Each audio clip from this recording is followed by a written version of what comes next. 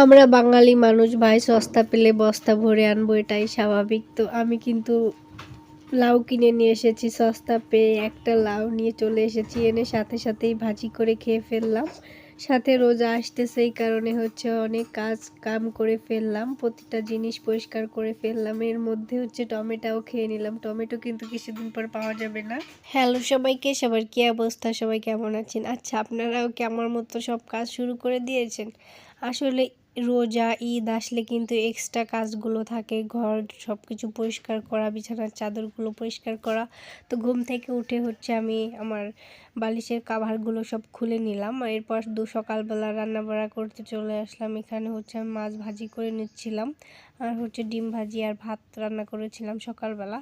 তো খাওয়া দাওয়া করে আর কি আমি কাজে লেগে পড়লাম, মানে সব কিছু হচ্ছে পরিষ্কার করে রাখবো, মানে সব কিছু হাতের কাছে রাখবো গুছিয়ে, যাতে রোজা রেখে কষ্ট কম হয় এই কারণে। এরপর হচ্ছে যে আমি অনেকগুলো জামা কাপড় ধুয়ে দিয়েছিলাম, ওগুলো উঠাই নিয়ে আসলাম। মানে সারাদিন কাচতেই আছি, এই কারণে হচ্ছে ভিডিও আপ দেওয়া হচ্ছে না। কাজ একটু ডবলই করতে হচ্ছে, কারণ শীত চলে যে গরম চলে আসতেছে। তো শীতের জামা কাপড় কত কিছু বলেন, তো ওইগুলা উঠাইতে হচ্ছে। তারপর হচ্ছে রোজার জন্য অনেক কাজ, মানে সব কিছু হাতের কাছে এনে রাখতেছি, যাতে শীতের সময় রান্না বাড়া করার জন্য কষ্ট না হয়, এই আর কি। তো সব কিছু পরিষ্কার করে নিলাম। শীতের যত জামা কাপড় ছিল, খেতা বালিশ কম্বল সব কিছু উঠিয়ে ফেলেছি। এখন জাস্ট রোজার জন্য কিছু কাজ আছে, ওগুলো করে নিব। আর এপাশে হচ্ছে আমার ছেলের একটা গুছিয়ে নিলাম। এগুলো তো প্রতিদিনেরই কাজ, এগুলো তো সবসময়ই করতে হয়, এই আর কি। তারপরও রোজার জন্য একটু এক্সট্রা কাজ আমার কাছে মনে হচ্ছে যে করে রাখলে হয়তো এখন একটু কষ্ট করলে তখন একটু আরামসে রোজাটা রাখা যাবে, এই আর কি। তো ঘরের প্রতিটা আনাজ কোনাজ সব জায়গা পরিষ্কার করে নিয়েছি। এখন এত কষ্ট হয়ে গিয়েছে, কষ্টের পরে দুপুরবেলা কিন্তু এইরকম টমেটো মাখা খাইতে অনেক ভালো লাগে।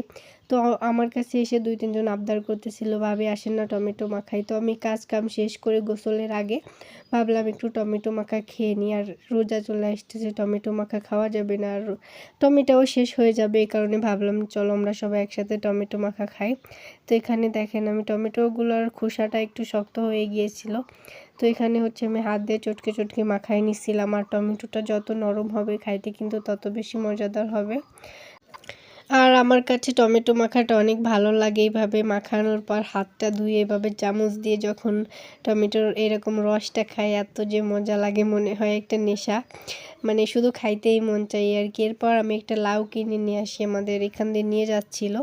তো লাউটা আমি কিনে নিয়ে আসলাম। এখন হচ্ছে লাউটা ভাজি করব। এটা হচ্ছে রাত্রেবেলা, মানে সন্ধ্যার সময়, সন্ধ্যার আগে বিকাল টাইমে কিনে নিয়ে আসছিলাম। এখন হচ্ছে লাউটা আমি যে কুচি করে নিলাম, আমি কুচি করেছি আর কি। এখন হচ্ছে লাউটা ভাজি করে নিব। তো লাউটা দেখে খুব ভালো লাগলো, খুব নরম ছিল, তো ভাবলাম ভাজি করা যাক, এই আর কি। আর আমার ছেলে দেখে খুবই খুশি হয়েছিল, এই কারণে ভাবলাম ওকে ভাজি করে দিই, দেখি ও পছন্দ করে কিনা। এপাশে ওর জন্য একটু সুজি রান্না করে নিচ্ছিলাম। তো আমি তো এভাবেই ভাজি করি, ফার্স্টে হচ্ছে পেঁয়াজ মরিচ ওইগুলা তেলে ভেজে তারপর ওইটা উঠাই রেখে আমি এই পাশে দিয়ে দিই হচ্ছে যেটা ভাজি করব এটা। তো লাউটা দিয়ে নিলাম, এখন হচ্ছে একটু ঢাকা দিয়ে নিব। তো লাউ থেকে যে পানিটা বের হবে ওটা দিয়েই হচ্ছে সেদ্ধ হয়ে যাবে।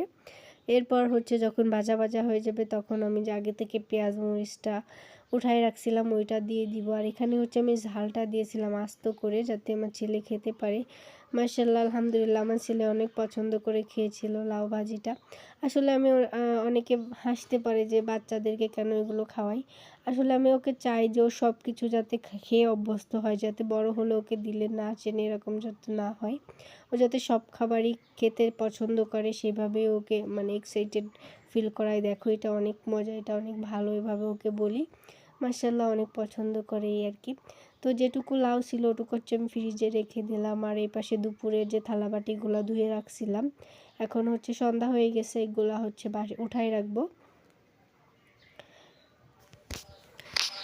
এর ভিতরে হচ্ছে আমার লাউ ভাজিটাও প্রায় হয়ে গেছে, এখন হচ্ছে আমি নামিয়ে ফেলবো। আর ডাক্তার বলেছিল যে বাচ্চাদের খাবার একটু তেল বেশি পরিমাণেই দিতে। তো আমি তেলটা একটু মোটামুটি দিয়েছিলাম, বেশি তেলও দিইনি, একেবারে কম দিইনি, মানে আমার বাচ্চাও যাতে খাইতে পারে আর আমিও যাতে খাইতে পারি সেরকম। আর আমার ইদানিং একটু সবজির প্রতি কেন জানি একটু বেশি ভালো লাগে, আগে ভালো লাগতো না, এখন অনেক ভালো লাগে সবজি। তো এই যে আমার ভাজি করা শেষ, এখন হচ্ছে আমি রুটি বানিয়ে নিব। তো আমার ভিডিওটা আপনাদের কাছে কেমন লাগলো অবশ্যই কমেন্ট করে জানাবেন। সবাই ভালো থাকবেন, আমাদের জন্য দোয়া করবেন। আল্লাহ হাফেজ।